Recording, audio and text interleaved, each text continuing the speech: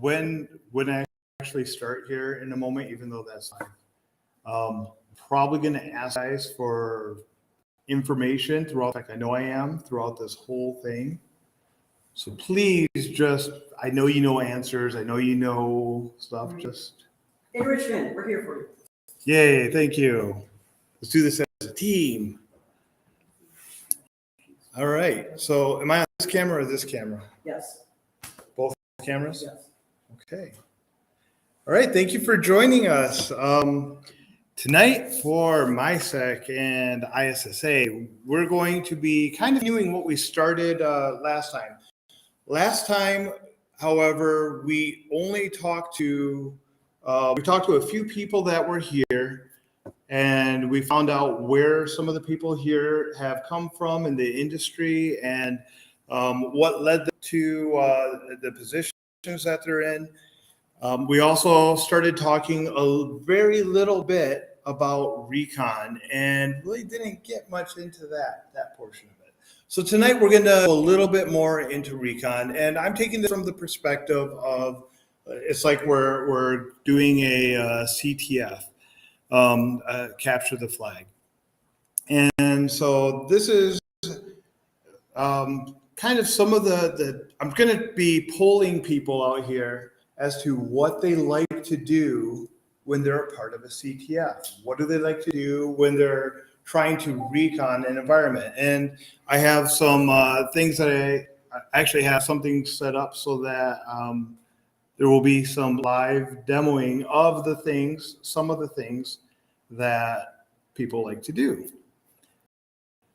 So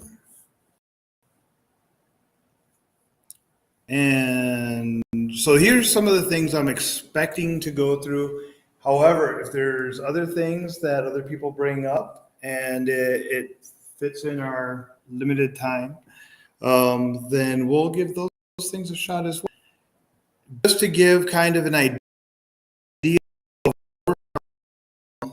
I have on my computer here, I have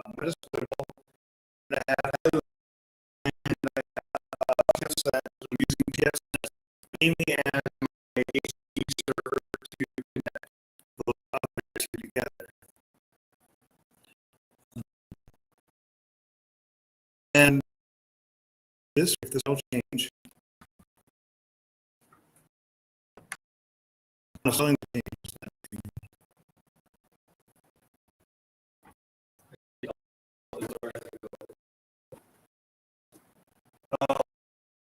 Like what these are? Yes. I think you guess. I'll tell you, and we're going to try some of them out. We're going to take a look. As long as my not entirely frozen, then we will take a look at it. All right. Who need me? Yeah.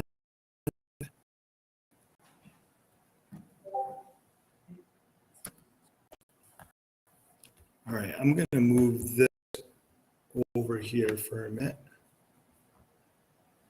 This is the super secret alley box.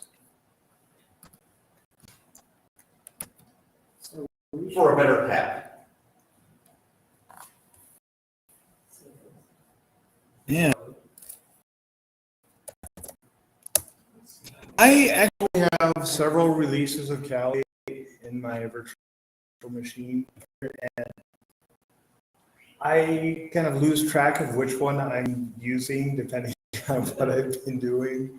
I know I've broken some of them and been like, oh, I should have thought that. So.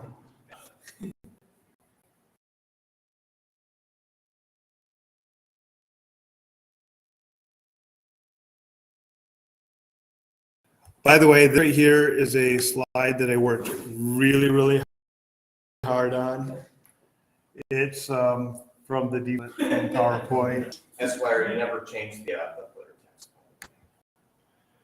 text. Yeah, I didn't change the footer text either. That's what we call going having to know people read less, especially they're like, oh, this is just default. We don't need to actually do it. Exactly. So that's where it's going to make a point about footer use. So with CTFs, one of the things that I think is really important for a CTF, as well as whenever you're working in network security, is that it's not just one thing. You're not just looking for a final flag. You're not just looking for getting to the end of the CTF. You're looking for the flags along the way. It should be the experience of working through all the different possibilities that are there. Often with CTFs, there is a scoreboard, and the more flags you get, the more points you get. The faster you get them, the more points you get, like the order that you get them in. So it's not just trying to get to that endpoint. I've made that mistake before. I have gone into a CTF, I've been down and dug in and, accidentally ran across some things that I don't think were supposed to be there in the CTF, but they gave away what the flag was going to be. I was like, hey, I got the final flag. Enough. It doesn't mean getting to that.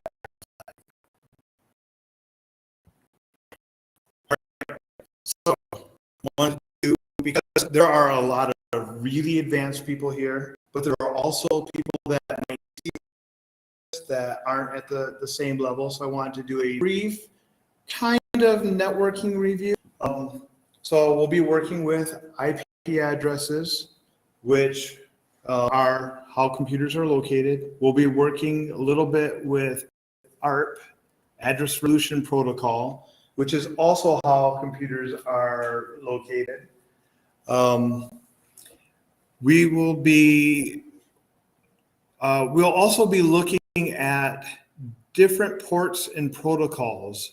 As we're going through this and we're doing some of the discovery, we're doing some of the recon, looking at the computer that we're preparing to attack or preparing to try to exploit a vulnerability on. We'll be looking at different services that are running, and depending on what those services are, what version of those services there are, will determine what we can do with them. Now, this is Metasploitable, so the services that are running tend to be pretty vulnerable to attack.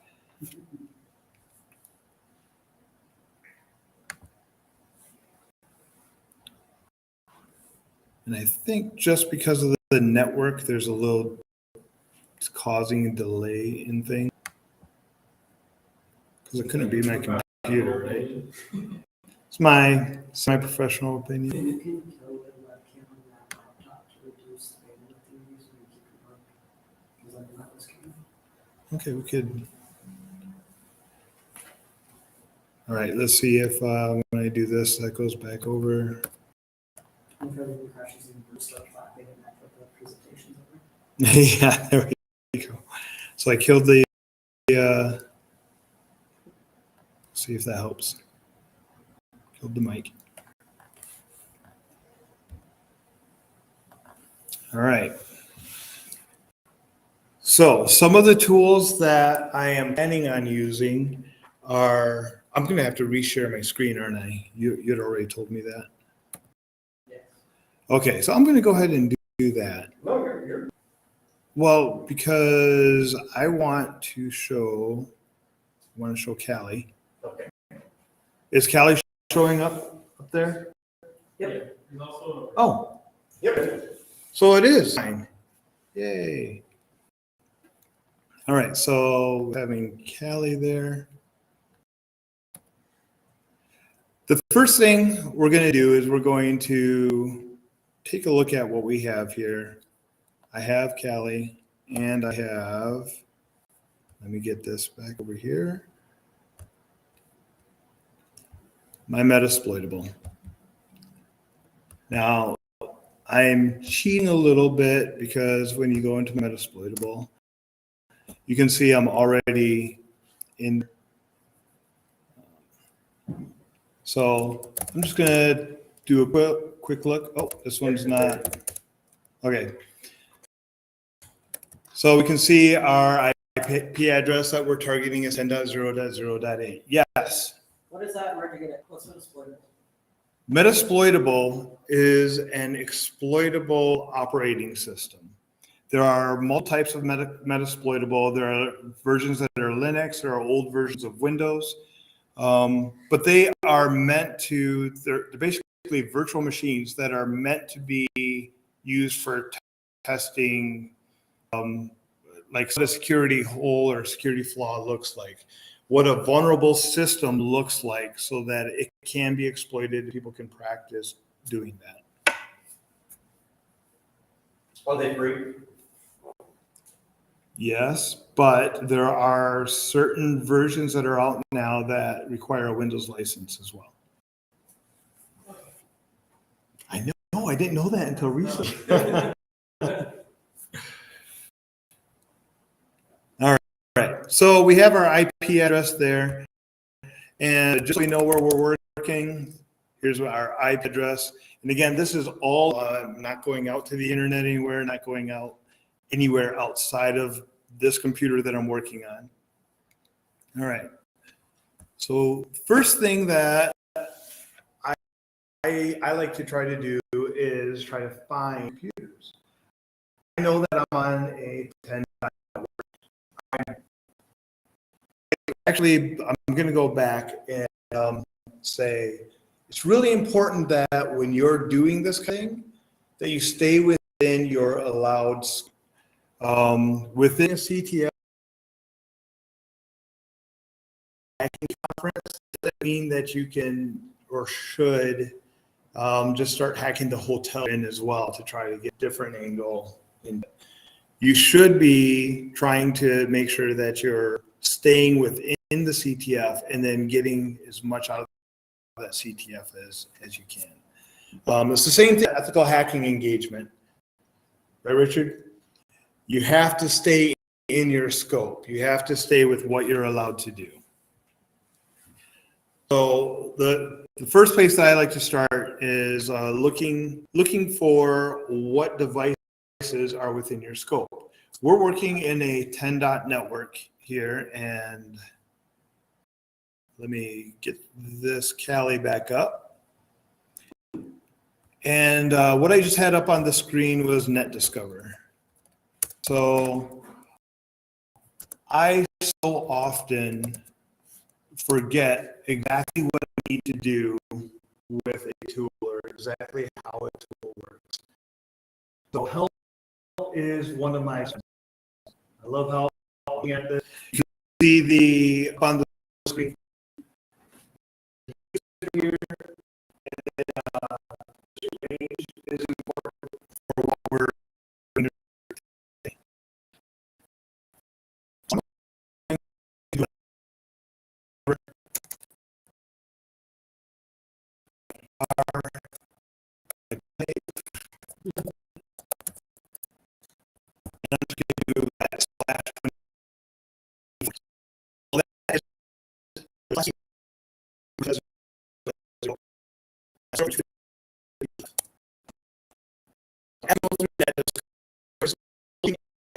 That's going across the network. In this case, it's the network inside and the MAC addresses and the IP addresses that don't belong to the computer. So it sees the 10.0.0.1. That's yes. Is there a reason why you're using Netscope versus say NMAC? That is a question.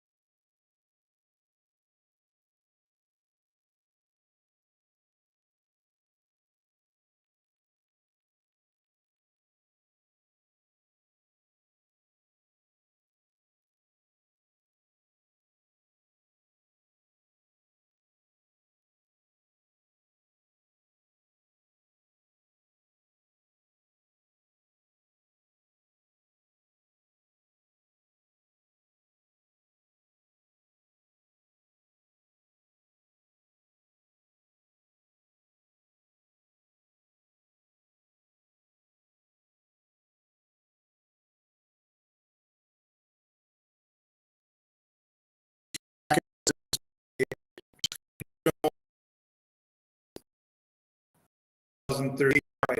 There's going to be little bits of communication there still going on. But the end is done complete. We're a little over 2,000.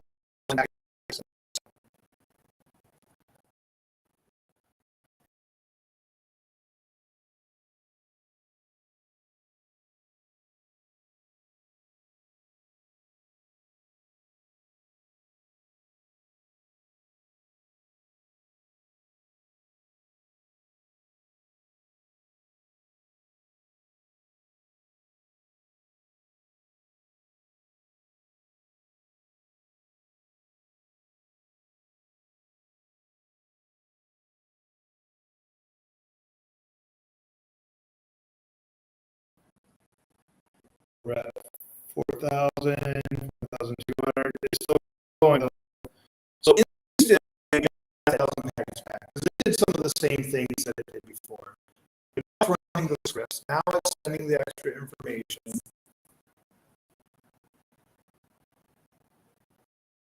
And it's sending the extra information. Oh, we're up to 60,000, 70,000. Any guesses on how many this is going to go before it slows down?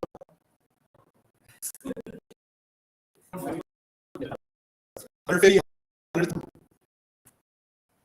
There we go. Okay, now let's give it a moment, make sure Wireshark is caught up.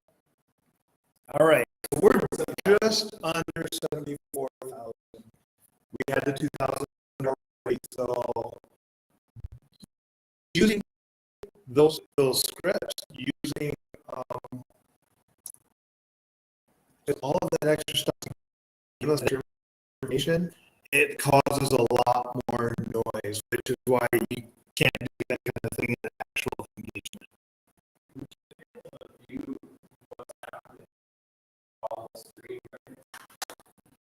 Yeah, we could, how are we doing on time? What time are we going to get kicked out?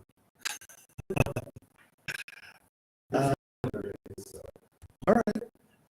So we got some time. This is fun. All right, what stream do you want me to follow? I was thinking just follow with them and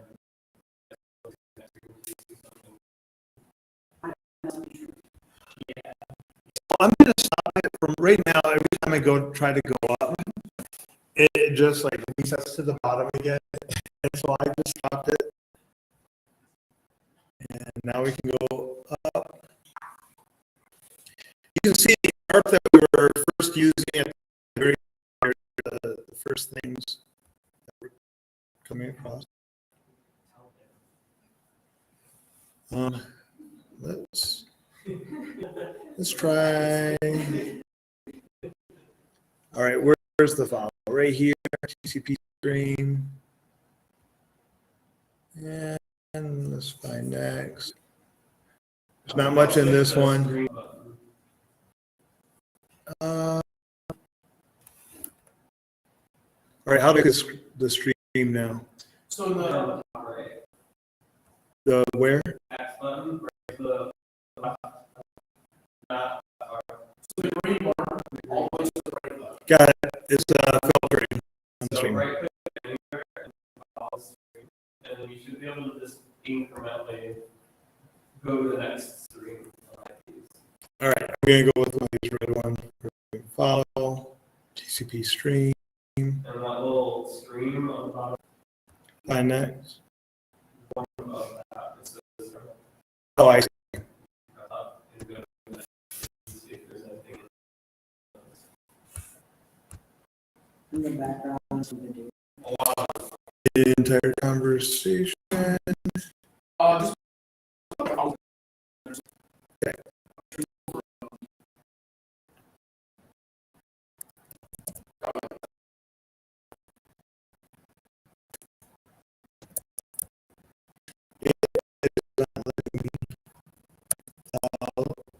Oh, it's just every time I put a number in, it automatically goes to that stream. So it, like pause.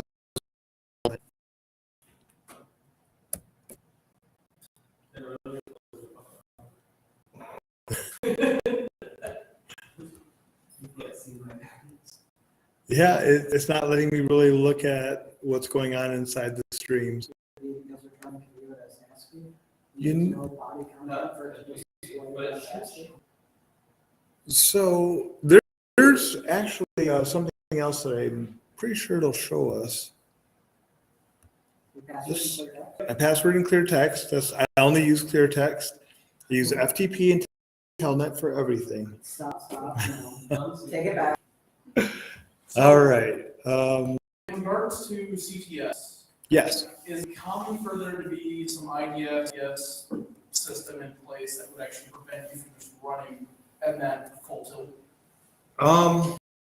I haven't actually participated in a CTF that has done that. Depending on the CTF you are joining, they may put throttling in place just so folk Hail Mary round one or in the first Yeah, 5 right. minutes.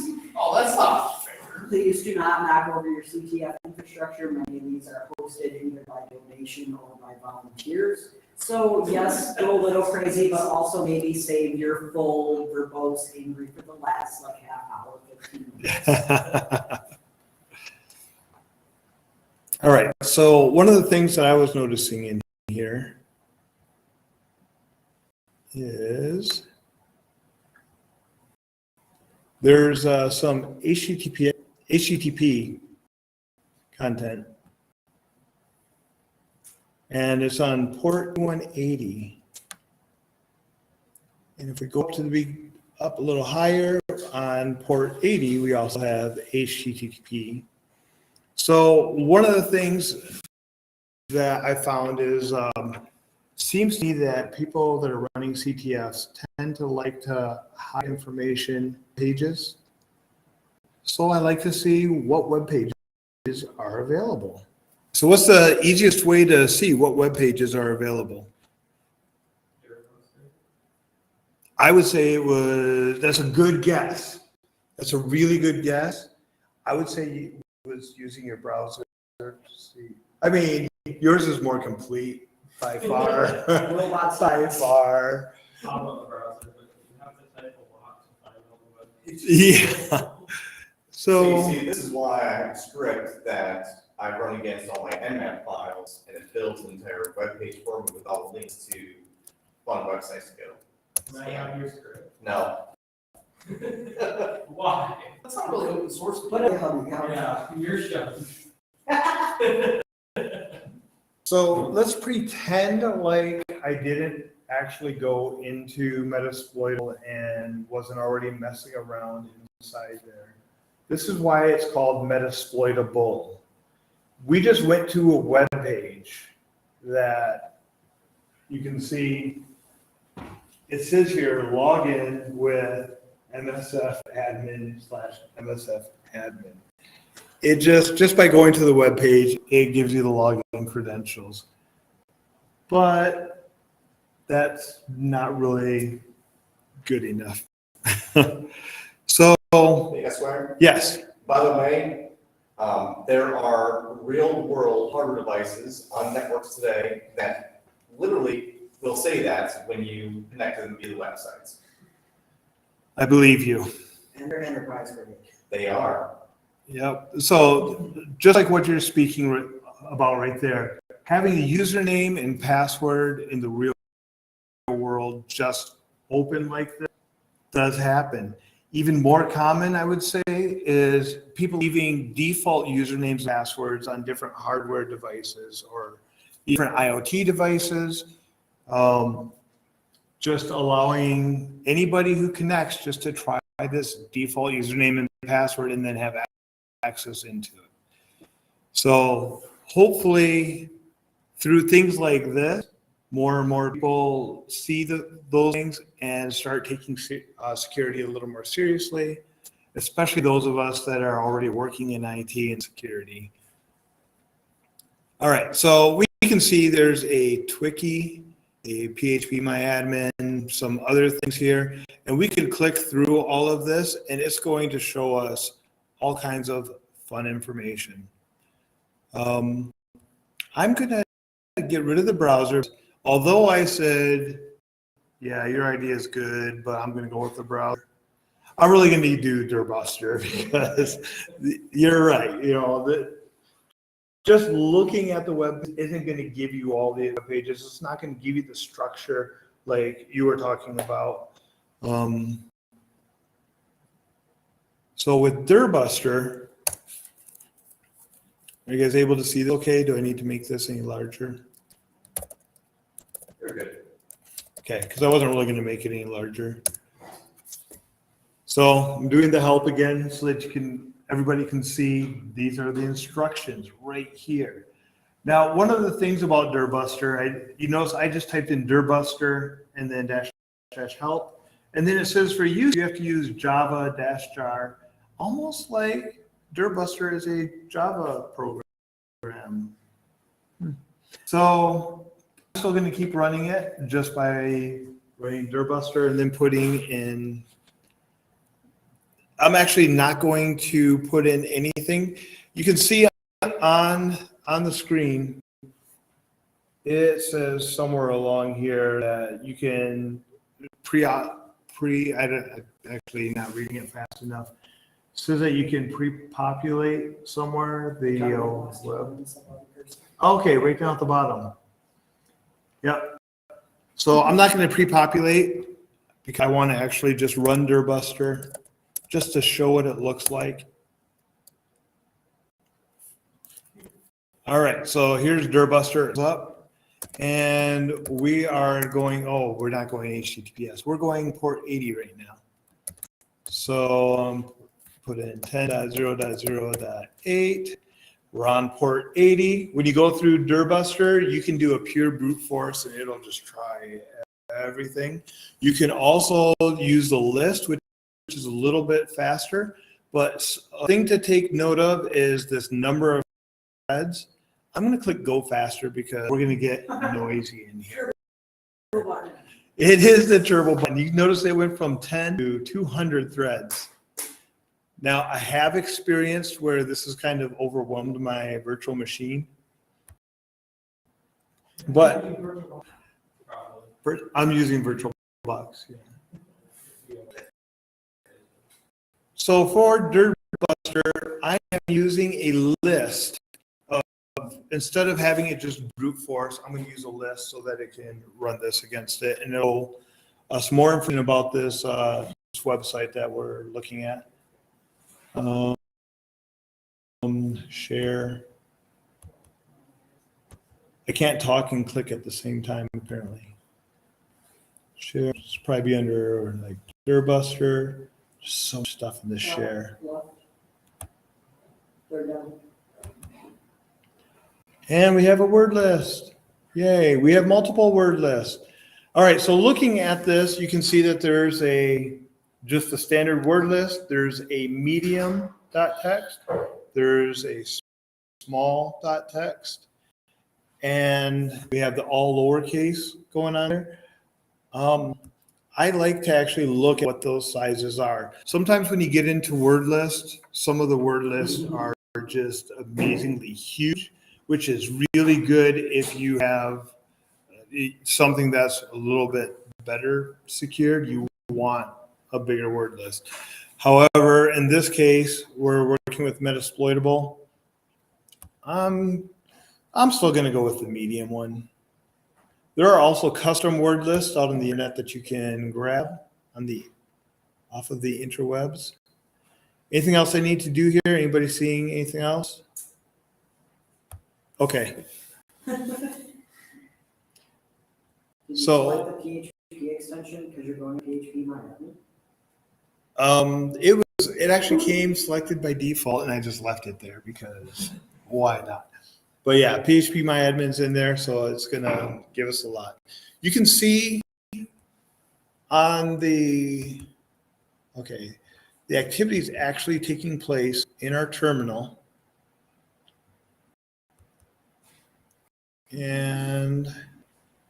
But you can see it also built inside Durbuster whenever that decides to move over. There we go. So we have our scan information. It shows you what it's doing. Look, we're at 0 and 1% right now. Down here, the total request, we're at 28,000 out of 25 million? Is that the right number of cases? Yeah, 25 million or so. And the time to finish is going to be 1 day. This is where running this for a while can take up the resources of your computer that you're using to attack with. So I'm going to give it a moment longer. I'm going to switch over here to our results. You can see that we already have a lot of different directories, and we have some different files that are listed here.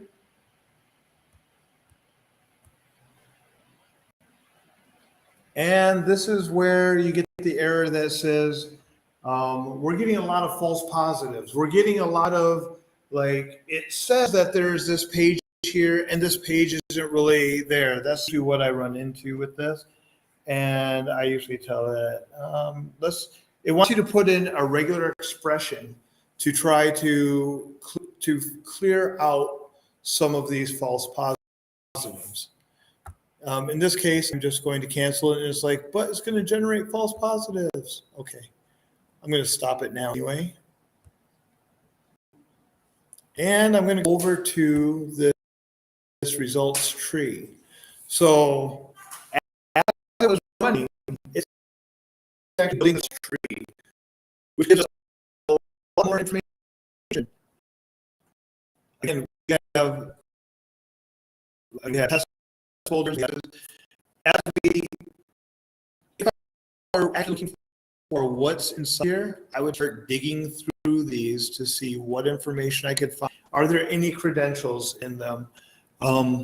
You can also use this information to have all of this and, like you were saying, rebuild the website locally on your computer so that you can do better searching through without to depend on the rest of the CTF, or if you're doing a ethical hacking engagement, without alerting any more than you already have that you're in there doing this stuff.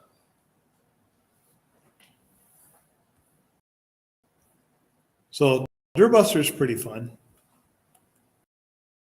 Oh yeah, look at that. Lots of memory needed. All right, how are we doing? Still on time? Yeah. 8:45. All right, so some Metasploit is as a framework around exploiting vulnerable systems. It can be used in the recon portion as it has a database. It doesn't natively have the database set up, but it is set up to be able to run with a database in the back end. There might be some configuration depending on the version of Kali you have, or if you loaded Metasploit onto a different operating system, onto an Ubuntu, or just any other operating system, you might have to manually do some things to this database in place. With Metasploit, some of the common things that you want to make sure are functioning are the Metasploit console. And let's get back over here. I'm going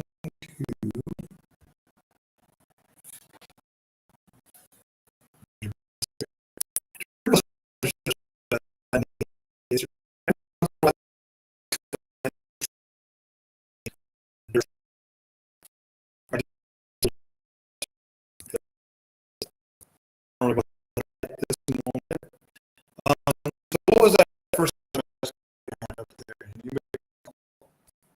MSF console? All right, so I am just doing that just because it comes up like this, I don't install the system. Like I was saying earlier, I have different types of Kali, I have different systems. I might be running on an Ubuntu system this up for doing some of this stuff, and it's just good to know that you have all of this stuff configured. I don't recall quite if I do on this system, so this is where we're going to find out. Okay, All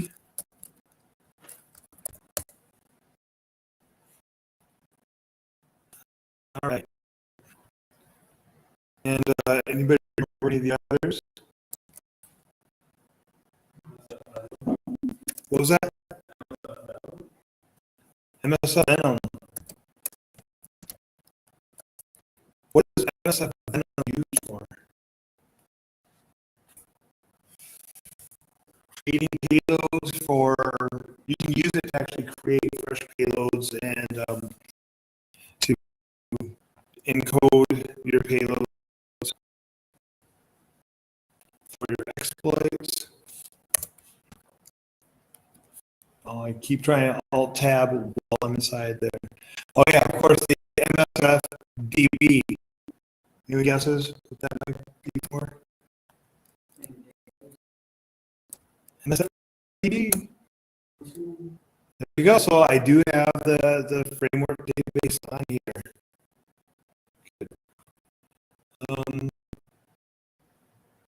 Yeah, I'm not really going to worry about MSF, RPC, or RPC daemon. So off to the right, I have an auxiliary scanner because Metasploit can do scanning as well. You can use, you can see on this slide, I also have Nmap on there, but it's db_nmap.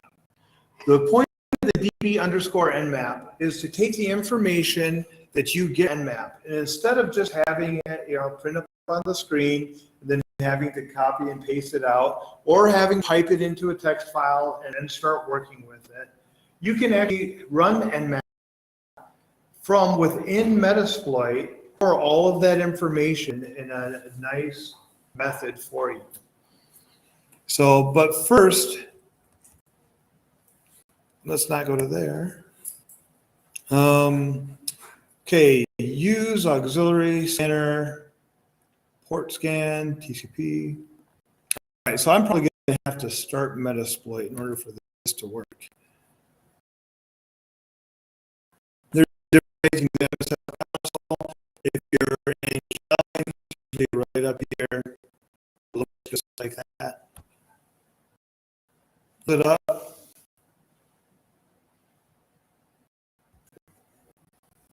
And I love how time to restart Kali, it has like a different little ASCII picture that it puts up, or not Kali.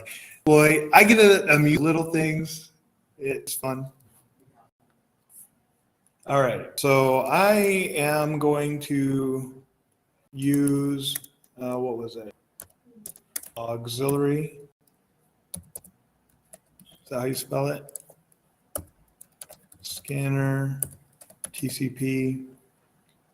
Let's go back here. No, port scan TCP. What's the tab button?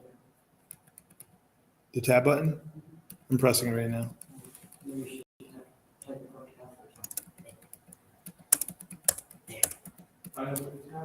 Oh, no. So maybe I didn't need a / at the beginning because I'm already in the MSF console. Thank you. Okay. What was I at? Scanner? Port scan? Oh, there's a bunch of them because I double tabbed. Christmas. You want me to do Christmas? Christmas. All right. Christmas it is. All right, so now we just said we're going to use this. We're going to show options because showing options lets us know what we need to set. Our host is empty. You can see on the third column it says required, and all of those are required, but some of them are already filled in. Our host is the only one not filled in here, right? Give it an address. All right, so we're going to set our host as our host. And do you care what address I get it? Yes. All right.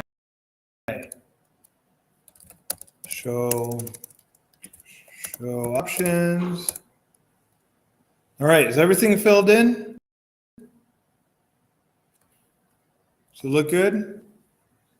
Do you allow one concurrent thread? Oh, that's a good point. Okay, so we could also set the threads. Why would we increase our threads? More power. Impatience. Impatience, more power. I'll take them both. So I'll just go 4 threads. And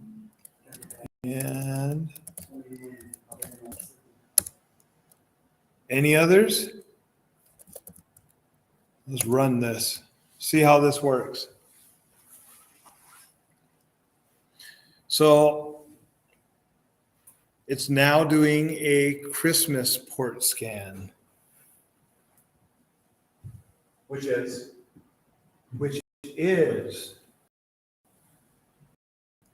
What's a Christmas port scan, Richard? I'm asking you. I remember, I remember, okay, there was a time when I would try out all of these different scans, and Isn't it like that because it just searches all of them and it lights up green or red? I don't, you know what? We can look for it. It's like certain ports and I would have turned on all the TCP flags and they could, yeah. turns on all of the TCP flags. Yup, and then it could also cause stuff to crash. All right. And that's why we care about where we're sending it. Don't do that on us, but- You don't. Don't do that on network refrigerators. Yes. Don't plug in. I mean, they only All right. print out rings of paper, it's okay. Just flip all the paper upside down and put it back in. So as we're going through this, how fast is this compared to Nmap? Slow. It seems slow. It seems slow to me.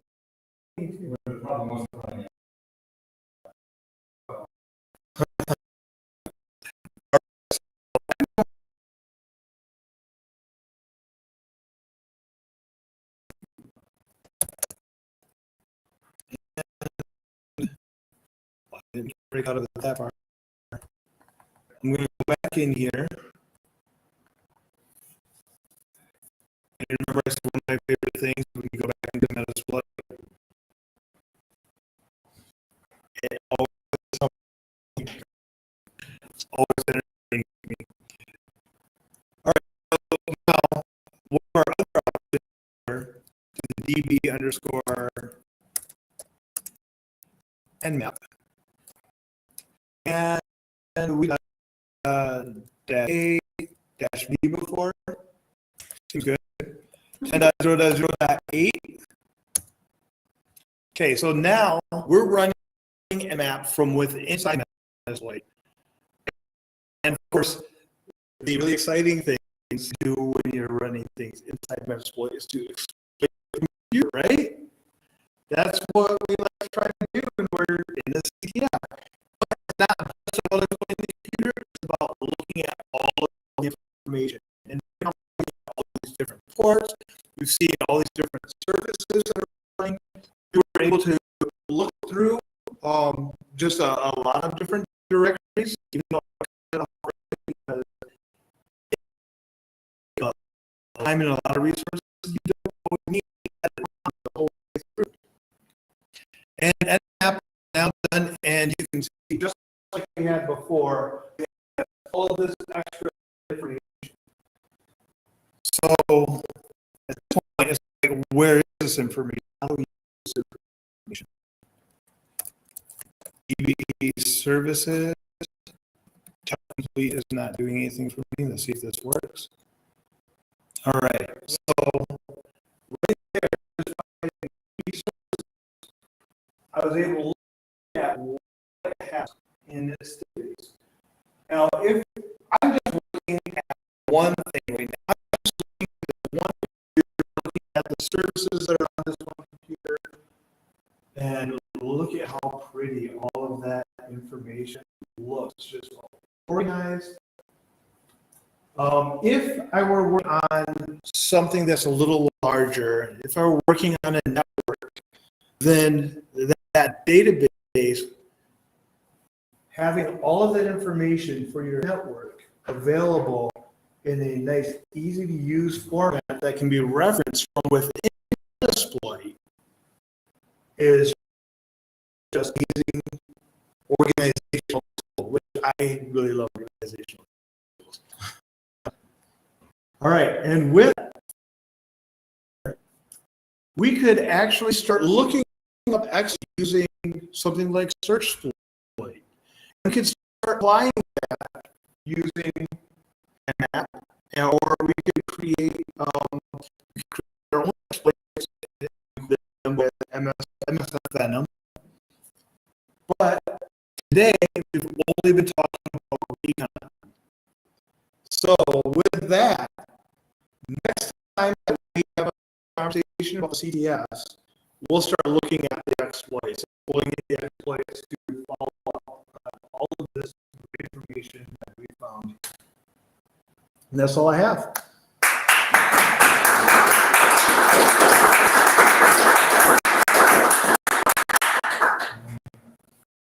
Thank you. Any thoughts? Okay, good. Let's go have something to eat and drink.